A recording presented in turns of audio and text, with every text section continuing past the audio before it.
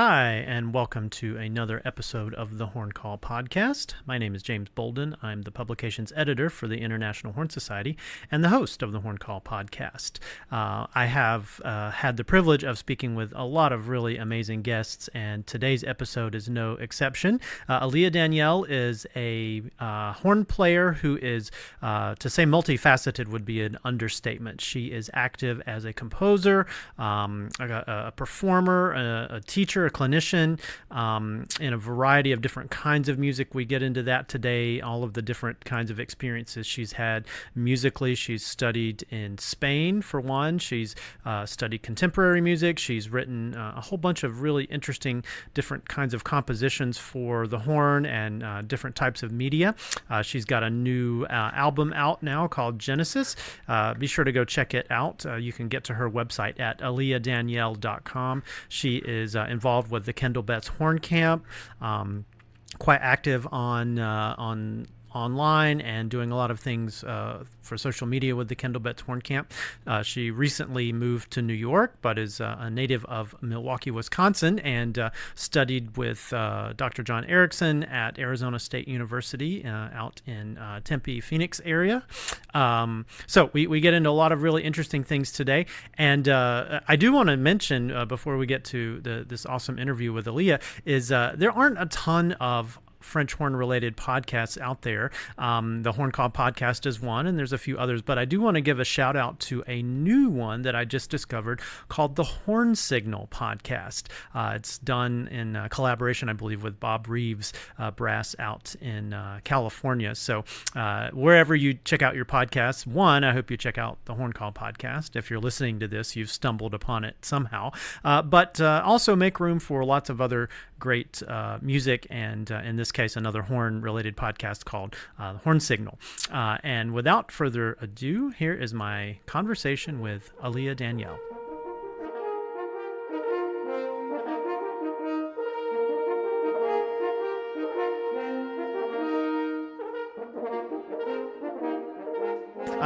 Thanks so much for being here. And I always start these by asking our guests to just tell us a little bit about themselves, like maybe sort of the thumbnail sketch of your journey in music to where you are now. You're obviously a very active performer and teacher and composer. You're, involved in a lot of different things. So to whatever level of detail you want to get with that, I'd just love to hear a little bit about your story. Sure. Well, thanks so much for having me. First of all, I'm really excited to chat with you after so many years of all of the James Bolden online things. But yeah, so I mean, I started music pretty young. My mom is a piano player, and she played piano at churches throughout my hometown.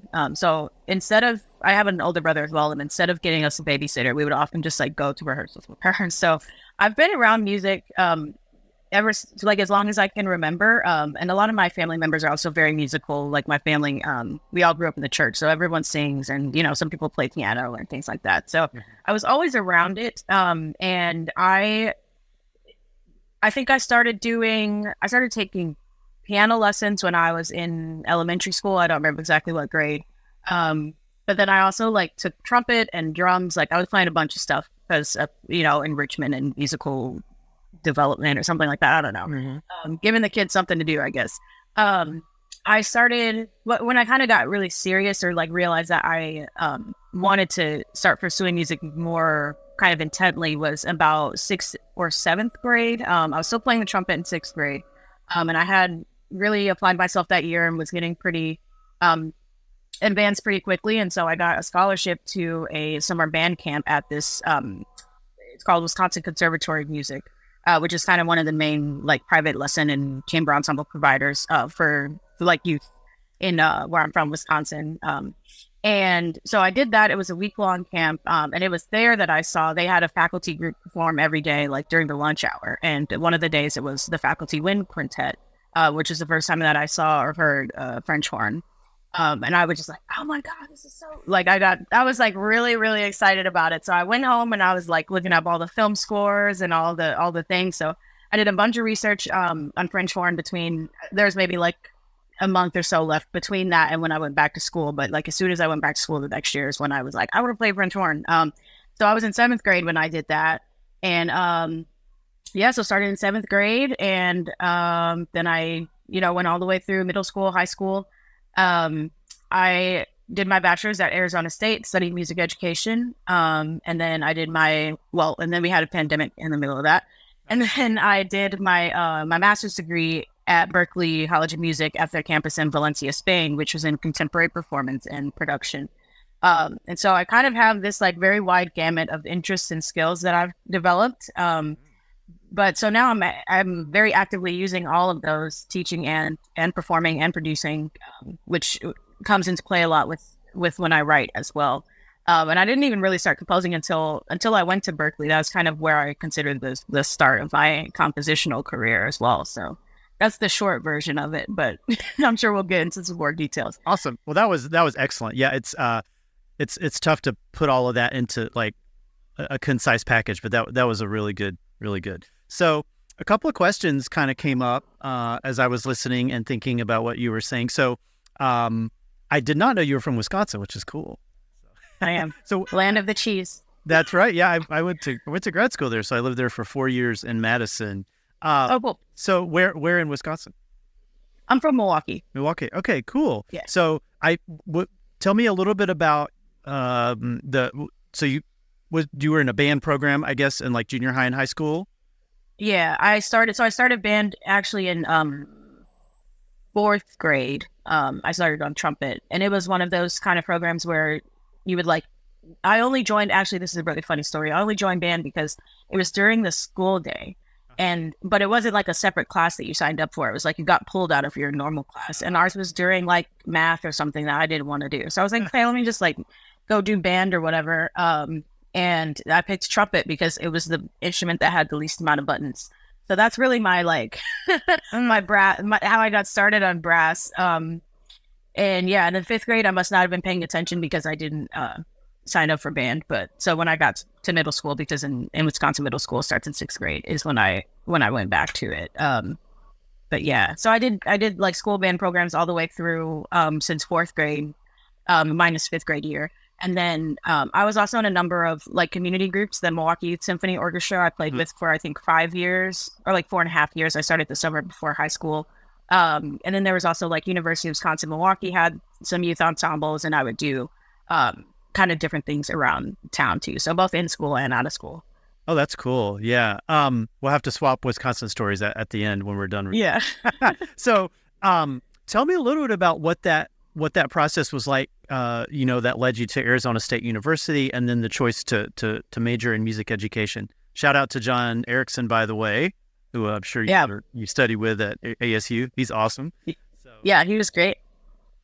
So I had this experience in middle school with my band teacher that was kind of this, I don't really know how to put it succinctly. I'm trying to give, again, the abridged version, but essentially just this very unhealthy and kind of toxic teacher-student relationship where basically I was being bullied by my band teacher. That's a short way to put it. And so it ended up in me, I think this was when I was in 8th grade. So the year before I was going to high school. I after a long, process of talking with administrators and stuff, my mom was like, you're just not gonna be in band right now. And I was really sad about that. Because I was only, 12 or 13 at the time. So I wasn't fully processing what was going on. Of course, I'm really glad that my mom was there and supportive and able to kind of see ahead, the things that I wasn't able to see at that time. But so I think I ended up in this, I had to do an arts credit that semester. So I switched to this creative writing class. I was just so bored because I was I'm a type of person who writes things and they're explain in 3 to 5 sentences. And I'm I can explain this in 1 sentence. Why am I, so that was really hard for me. But, so I did that. And I think not being able to do band and having to do something else really was what made me realize how much I needed, to be making music and kind of playing and being in that environment. And so it wasn't right away, but I want to say maybe halfway through high school, actually my middle school band director passed away suddenly. And when that happened, it kind of awoken all of those, I don't know if that's the right word I just used, but made all of those feelings kind of come back. And that's when I really started to think that experience impacted me so much. This teacher and student experience impacted me And so the reason that I wanted to study music education was because I figured if that could have like such a negative impact, what are the possibilities if I had a really great teacher that could have had a positive impact? And I wanted to like be that person. So that was what led me to want to study music ed. And then going to ASU, I realized that like every time had a question about horn, and I mean, I had a private teacher and stuff, but I was just always very nerdy and like always on the internet trying to find information. And anytime I was looking for something, it was always like horn matters, horn matters, horn matters. Like that was always the first thing that popped up. So, I started looking more into that. I also did marching pool, and then I had family in the area. So although it was like very far away from home, there was lots of things that were very attractive to me about the school, like getting away from home, but also still kind of having a bit of a community, and then having a really great marching band program and also a really great horn studio. So yeah. Oh, that's awesome. Yeah. So I bet there was a little bit of adjustment that needed to happen, if nothing else, between the weather difference between. Oh yeah. And Arizona. Literally one extreme to the other. It's like, yeah. It was crazy. What was the curriculum like there? Because I'm familiar with Dr. Ericson, of course, but I don't really know that much about the music ed curriculum and how that, it's that thing of like when you're a music education major, you've got to learn bassoon fingerings, but you also have to practice your primary instrument. Yeah. It was really interesting. And I think the curriculum has since changed. I graduated like 5 years ago. But another thing that I think I found when I was researching was that, and I don't know if it still is, but at the time it was like one of the top music education programs in the country, to go to with really, renowned faculty and things like that. And so how we, the first year was very much like introductory, kind of like overarching ideas about education. And then the second year was when we had all of those labs where you had to like learn, all the different instruments and things like that. And I actually did oboe instead of bassoon because I was scared that my hands were too small for the bassoon. Which oboe was, it was a time. So yeah, definitely balancing out, having to practice horn, and especially so I was in marching band too. So a lot, like I didn't have a lot of free time at all when I was an undergrad, especially. But just doing marching band helped because I was like playing a lot. Even if I wasn't always like, I definitely did not practice as much as I should have been, especially my like first couple of years in undergrad. But I think as I got about halfway through music ed, and I realized that, like the program is very much centered towards training people to be like K-12 public or otherwise, like charter or something like that, music educators. And once we got more into the specific kind of curricular ideas, I was realizing that wasn't kind of how I wanted to teach. And so I started just branching out my interests. So, like I did an extra recital, and I started doing like chamber groups and stuff like that just to give myself more things to do, because I was just trying to figure out, I was like, okay, I know I don't want this thing, but I'm not really sure what I do want. So I started just kind of like trying a bunch of different things and seeing what I liked and seeing what I didn't. So I mean, at that point I was like, okay, I like can't change my major right now because I have too many like major specific credits, and it would have taken, I didn't want to like add more time, but, and I'm really glad that I did finish it, because I still do, and very much not in like, I'm not like a public school teacher, but I do teach a lot. So, I'm really glad that I have those skills, in my back pocket, even though I use them in like a different way. So I'm glad that Aliyah had that foresight. Like 20-year-old Aliyah was like, just stay there. Like, it'll be fine, Yeah. Well, and just the breadth of a music education degree, you're taking the developmental psychology classes, and you're taking all of the, the learning oboe. And I imagine those kinds of experiences at the moment, you may not realize like, oh, this could be super useful later on, just having that kind of, a multitude of different disciplines interacting. Yeah. And also like just something that's been really helpful for me that I go back to a lot is like remembering how it feels, especially when you get to a certain level of like playing the horn, for example. You just like know how to do things. Things come very intuitively because you've been doing it for like 15 years. It's like I've been playing the oboe for 2 days and I like can't make a sound, or it's like I don't know why this reed is like feels weird or something. So like remembering what it feels like to not know how to do something has been a really effective, like especially when I'm teaching private lessons and stuff. Being like, oh, like what is a way that I can explain this or try and work someone through this process that like makes sense from someone who like just doesn't already have that knowledge or that like repetition of the experience in order to do that.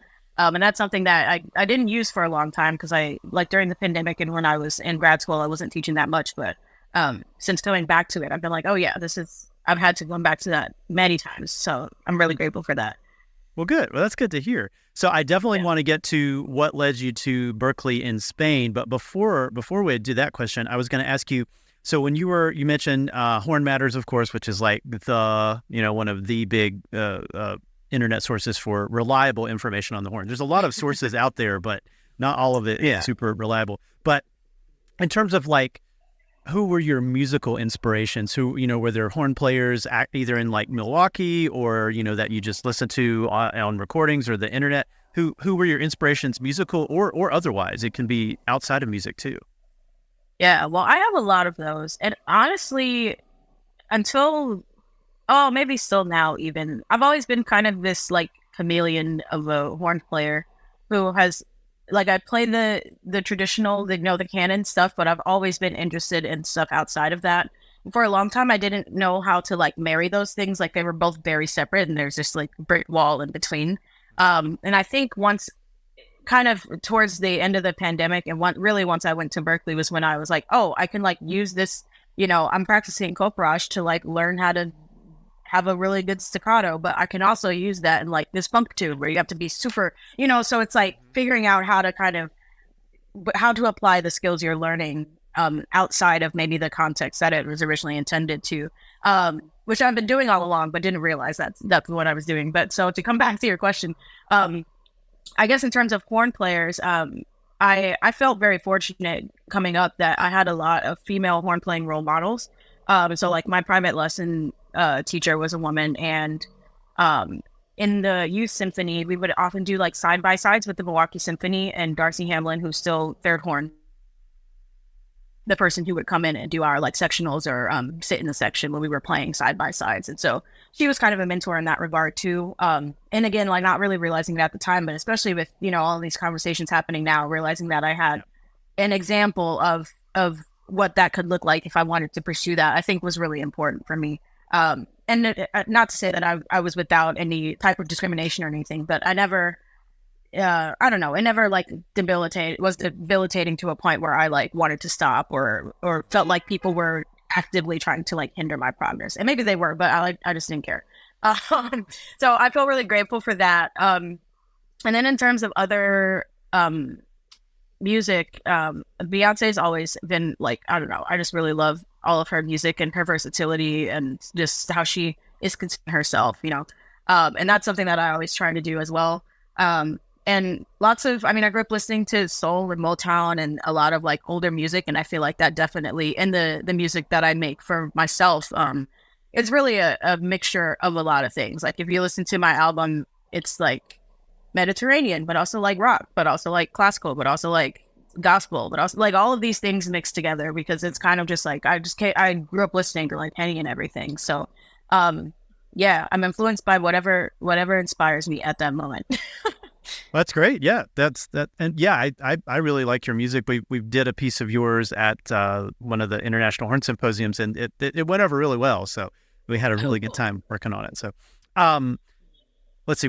Definitely getting to the Berklee question, but then before that though, so for most students, when they're like, oh, mom and dad or whomever, the guardians and the parental figures are in your life, when you say, I want to be a music major, there, unless they already kind of get it, there's a little bit of like, oh, how are you going to make a living doing that? Or, tell me a little bit about what that was. Was there, how did your family feel about one, you moving to Arizona and then two, like, pursuing music? Now, music education is slightly different because there's at least, there's a little more perhaps job security, but was there ever any like question about, well, are you sure you want to do this? Or how did that happen?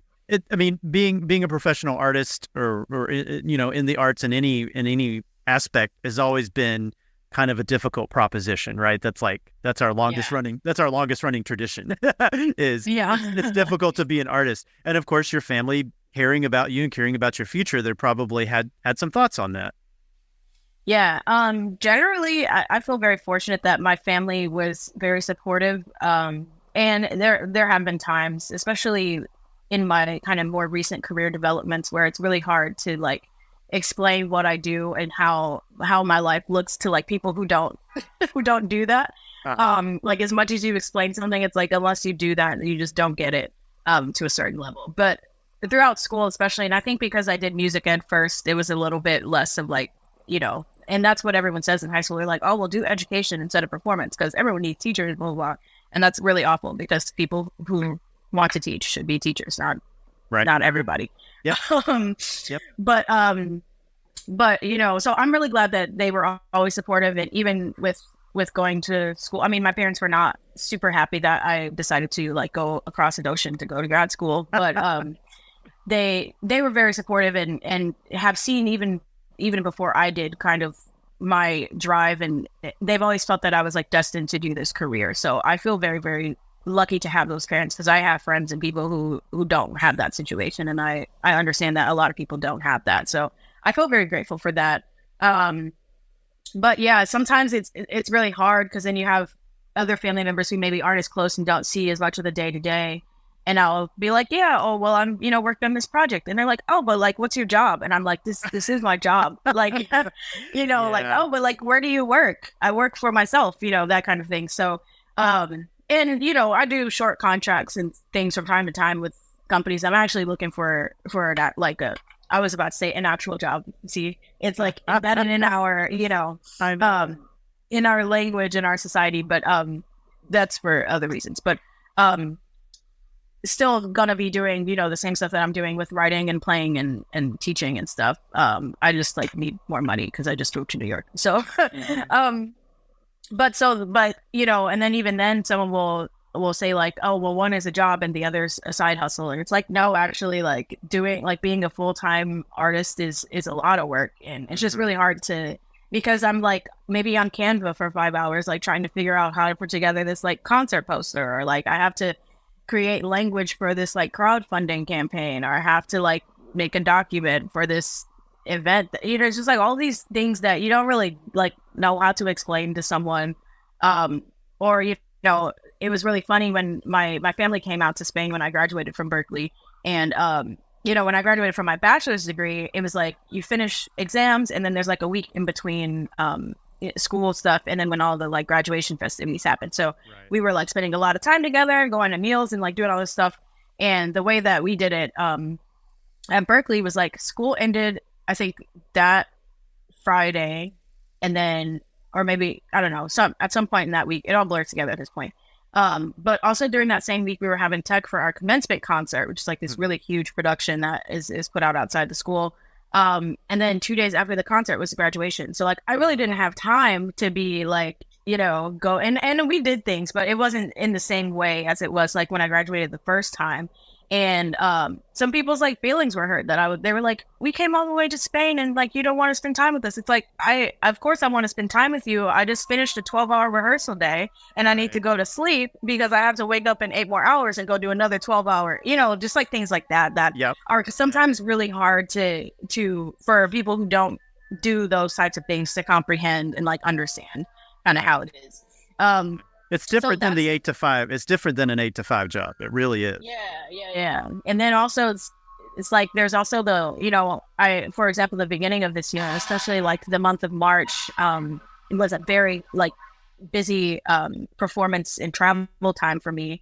And then I came out of that like March and first half of April, I'd say, and came out of that. And literally the last like month and a half, I like really haven't had that much to do. I've been doing a lot of planning and things like that. But so also the back and forth of like having a lot of work and then like not having that much work is a very different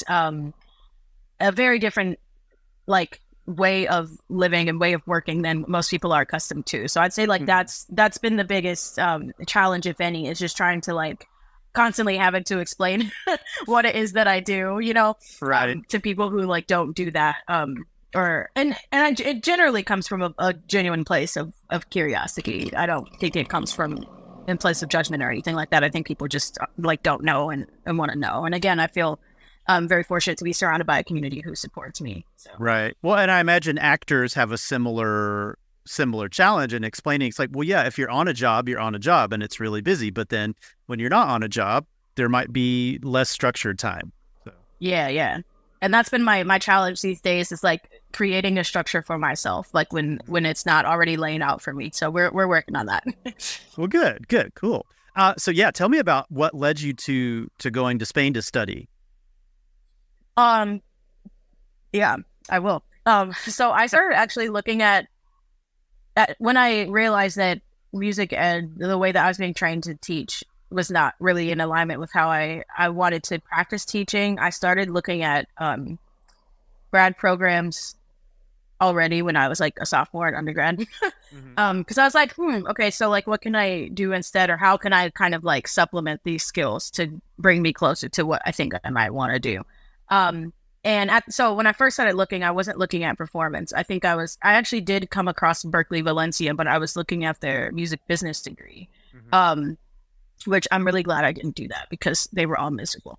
But, as time went on and I was going through, I was telling you, I was like doing all this stuff. I realized that I really just enjoyed performing and playing and making music. And so after I graduated from undergrad, I applied to a bunch of different like workshops and things like that. Like that was the first summer I went to Kendall Betts horn camp. I also did a brass workshop at New York University, and I did another like intercollegiate band thing that summer.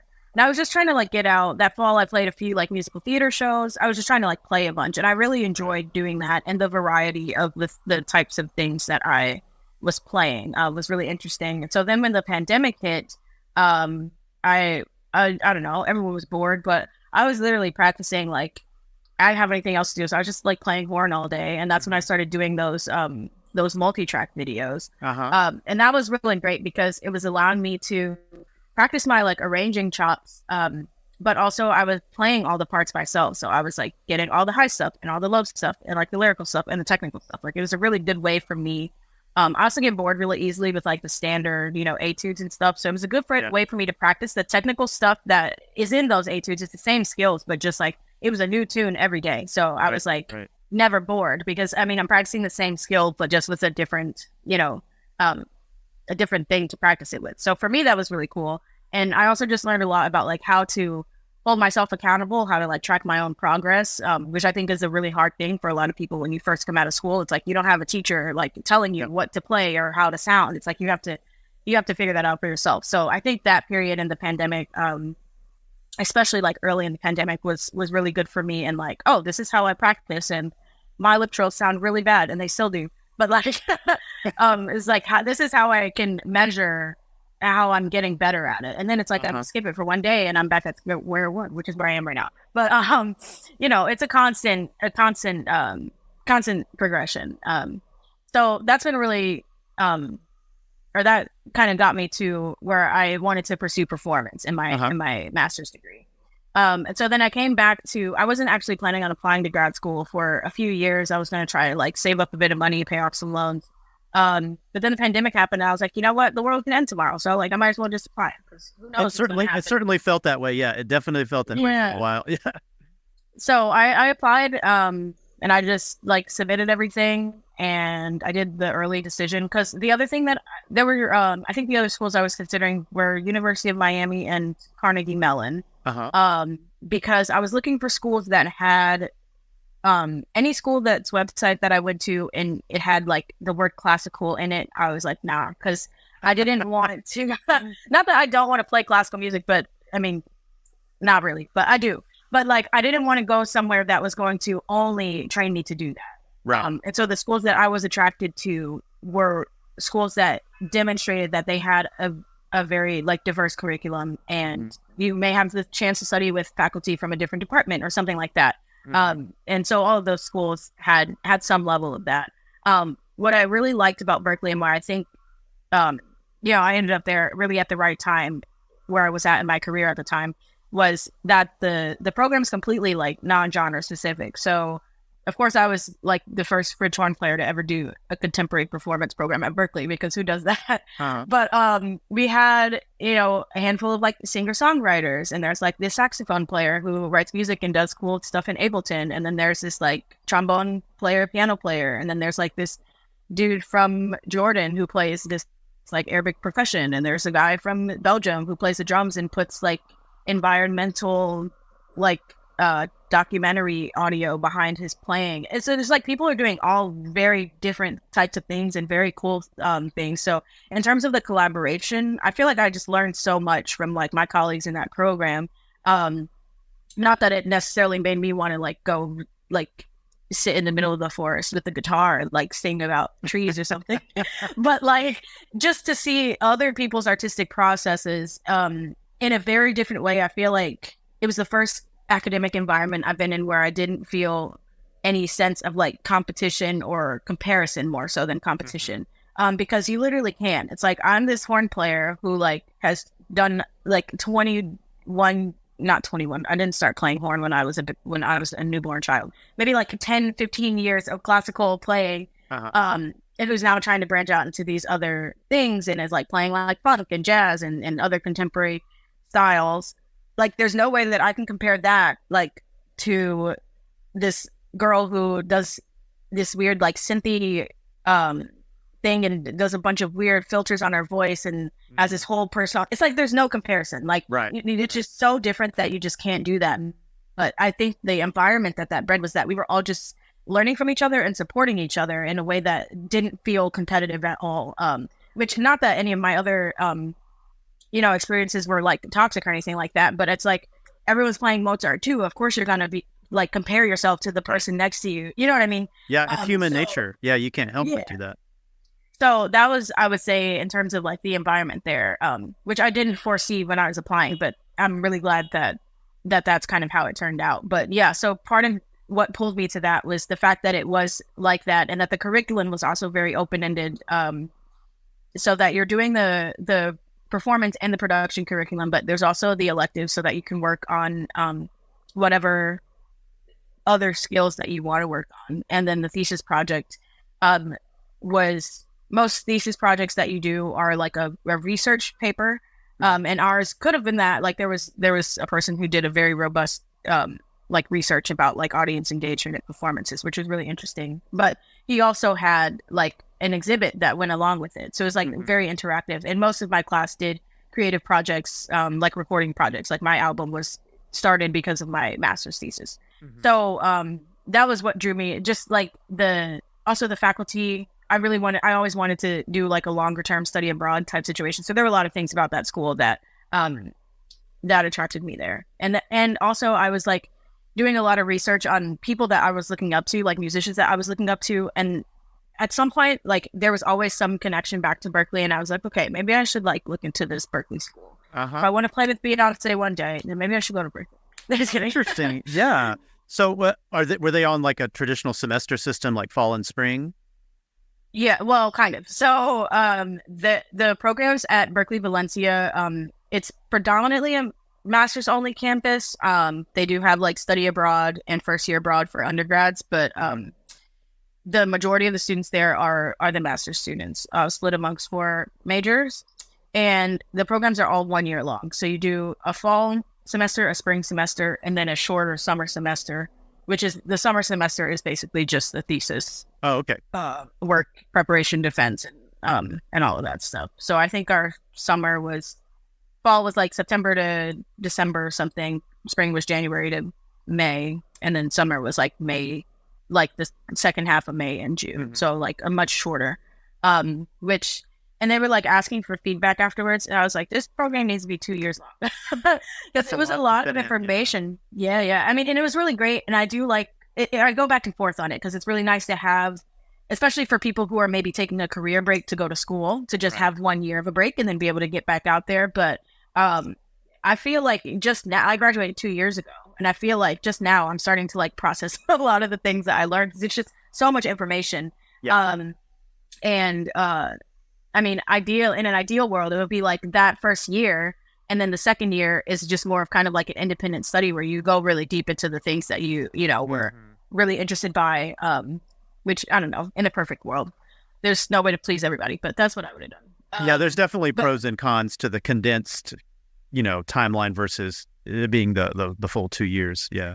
Yeah. But I mean, it was really great too. And I ended up staying an extra year in Spain after I graduated as well, which was, I would say, even more so than my musical development, just for my personal development, was like very, very good. learning about like the work-life balance, especially, was something I still struggle with a bit. But I think living in Spain and the culture they have there surrounding how they work was really good for me to be in that environment and be surrounded by people who are like, it's 2:00. We're going to stop doing anything. Everything's closed. Go inside, take a nap for 4 hours, kind of thing. And so there's like, you don't have a choice. You just have to do it. So that was really great. Yeah, I don't remember. I think I went on a tangent. And no, this is all great. Something else, but no, this is all great. And I was just that was gonna lead me to my next question about what did you like? You know, how did you like living in Spain? What were some adjustments that you had to make? That sort of thing. Yeah, Spain was really great. I would say the first year I was mostly in what we would call the Berklee bubble.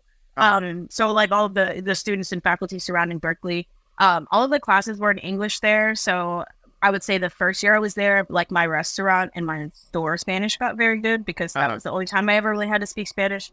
But I really made it a point when after I finished to, I like enrolled in Spanish classes. I was doing like 20 hours a week or something of Spanish class. Mm-hmm.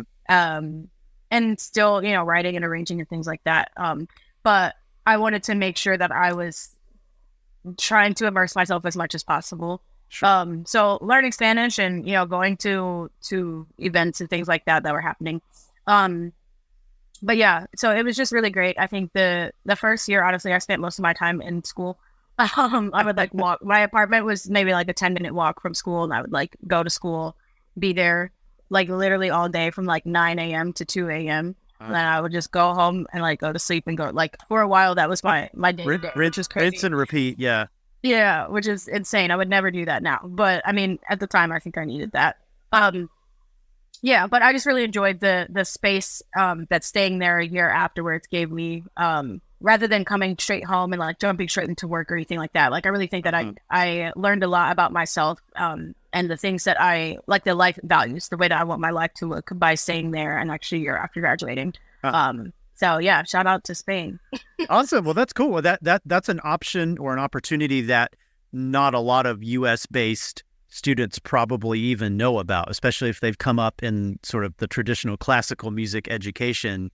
But right. that sounds like an amazing opportunity and one that allows you to branch out and to, you know, do the kind of networking that you might not otherwise be able to do.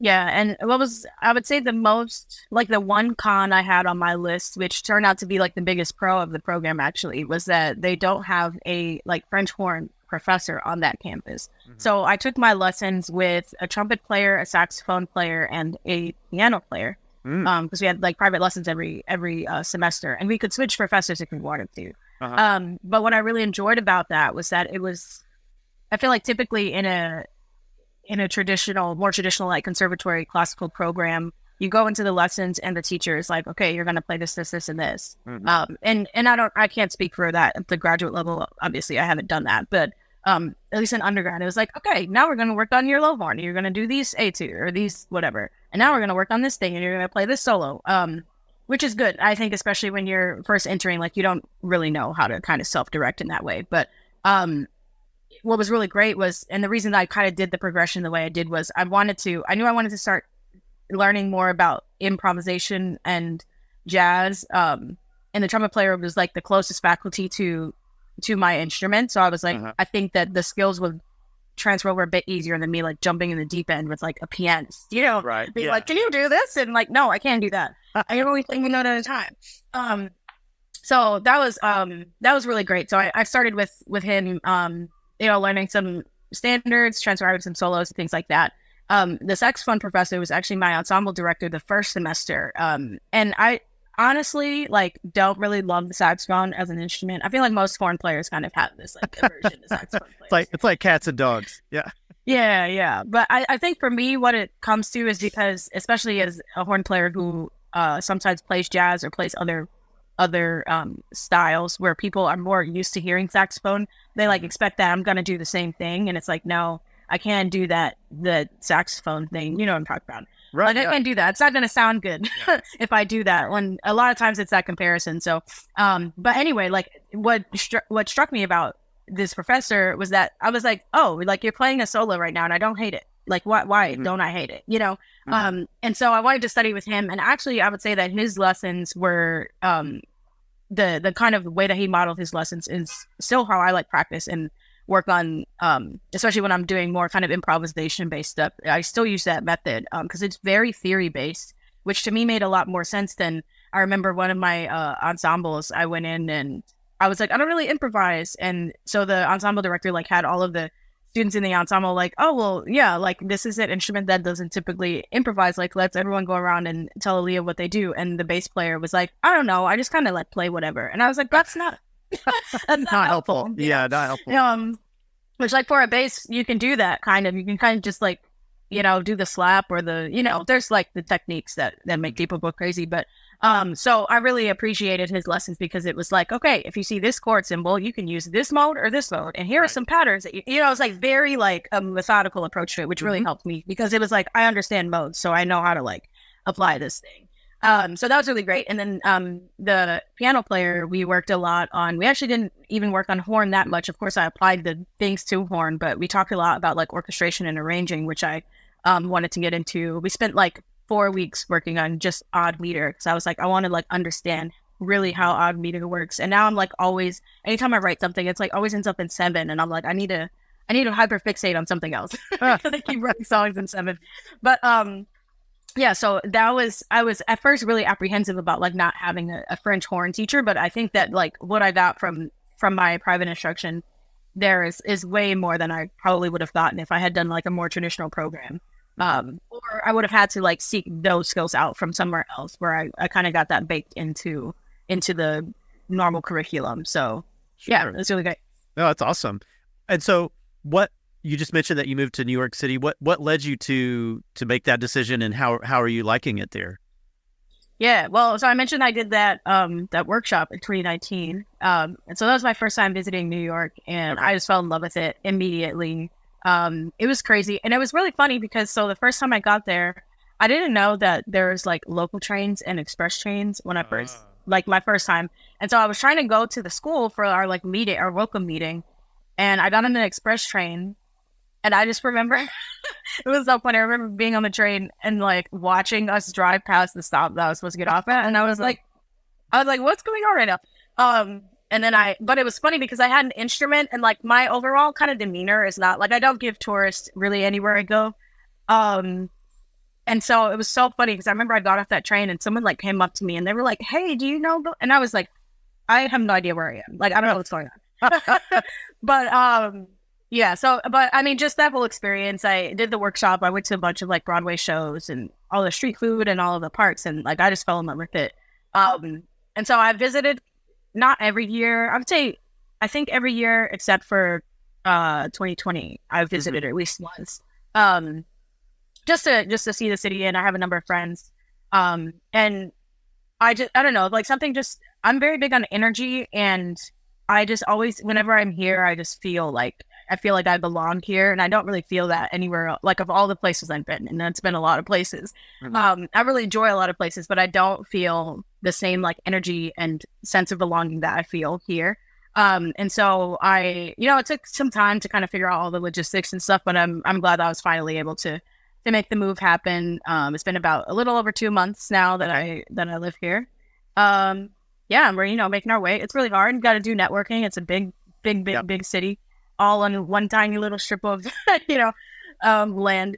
But, yeah, I mean, there's lots of really cool opportunities. And especially for, someone like me who does classical music, but also does all of these other things. Like there's just so many people doing so many things. Like everyone does everything. And so there's lots of opportunities. And I think more so than some other places you go where it's kind of more like, you do orchestra or you do like private teaching, and there's kind of like less options. But New York is just weird. Like it's just full of weird people doing weird stuff. And so someone's like, I know someone who does like, they play French horn like at a yoga class. It's like weird things. So I think, and I mean, there's still, and it's been hard for sure. It's not been like all sunshine and rainbows, but I definitely am really like proud of myself for, taking the leap and moving out here, doing the big girl thing, moving somewhere because I want to and not because I'm like going there for school or something like that.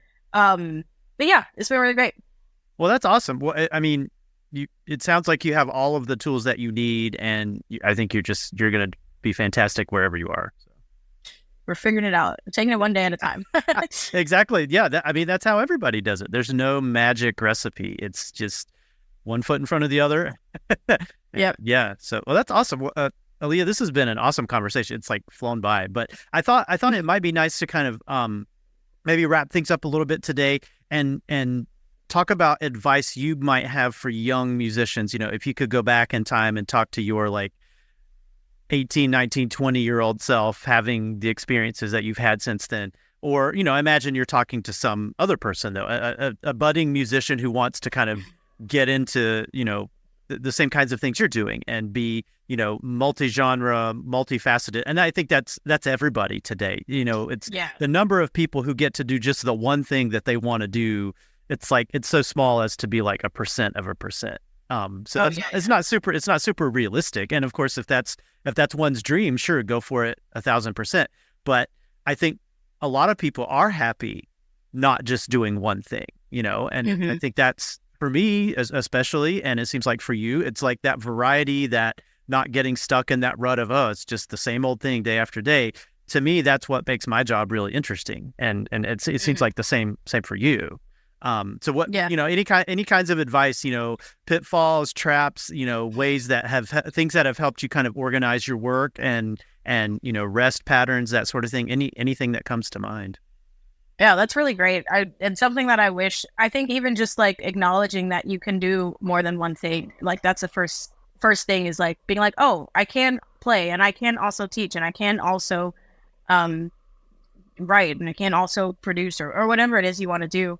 And even if you have other interests outside of music, like I try to keep my outside of music hobbies as like, because my brain, I'm always that person who's like, I need to be really good at this thing. And I'm trying to be good at like having hobbies and doing things because I enjoy doing them, not to like be the best at them, which is something that a lot of people have to unlearn, and not just musicians, but it's just kind of like our society, how we kind of present things.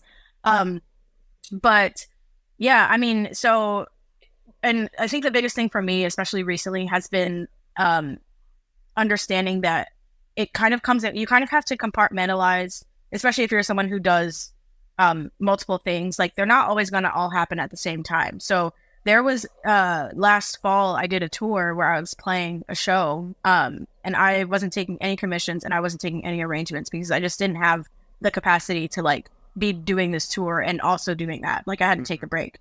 And then when I came out of that, I was catching, you know, all of the arrangement people were like, I was like, hey, I'm done with the tour. And they were like, oh, here's all this stuff that we need. And so then for a few months I was doing that. And then after that I was teaching for a few months. So it's like realizing that just because you're not doing one thing at that time doesn't mean that you're like not that thing anymore. You're always still all of the things, but it may come kind of in these phases and things shift, and that's okay. And also that like the creative process in general has like phases.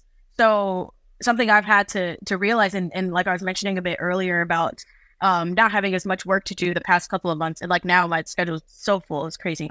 But that rest period and that recovery period is so important, because if you don't have the energy and you don't have like the experiences, the life experiences. Like, there was one time I just went on a walk to the park and there were these like ducks playing in the pond, and I was like, that's so cute. It's like, if I'm just in the practice room all day or like always on the road or always performing, like I'm not going to see that, and I'm not going to like experience the world and experience things to have something to write from, or to have something to perform, something from which to like pull my performance energy, you know? And so realizing that there's like, you have to, there's the part where you're resting, and there's the part where you're kind of like brainstorming and pulling things together, and then there's the part where you're putting the product together, and then there's the part where you're presenting it. Like, those are all very different phases and take very different kinds of energy, and to just like let all of those exist in the way that they do. And it's not always going to feel great, but it's necessary. Otherwise you're just gonna, and I think realizing that and allowing that to happen is what can help kind of prevent burnout, which of course we've all experienced to some degree. But yeah, so that in terms of the process of things. And then the last thing that I would say in general is to just like allow yourself to be a human being. And like, some days you're going to be sad, some days you're going to be tired, some days you're going to feel really good. And like, especially when it comes to, I feel like this comes out most when I'm like practicing, especially if I'm having like maybe not the greatest mental health day and I'm playing, like I really don't feel great about my playing. I sometimes will be like in the middle of a practice session, I'll be like, I'm just like, I'm not getting anything done right now and I don't feel great. So I'm just going to not do that. And like giving yourself the grace to be like, just because you don't, because also if you're trying to like play through something and you're not like, your brain is not really there and you're not really making any progress, like it's not being productive. So like just being real with yourself, I guess is the like how you feel and why you feel that way especially is really important to kind of try to get to the roots of, and just making sure that you're doing everything for really genuine and authentic reasons, not like because you're trying to impress people or because someone said that you should do this thing, like doing things because you really feel that in yourself is like what makes it worth it all at the end of the day. So very lofty. I've been reading a lot of philosophy books lately. So in this very like existential philosophical thought space right now. But that's great advice though. And I couldn't have put it any better. So well, thank you so much. This has been an amazing conversation. Thank you.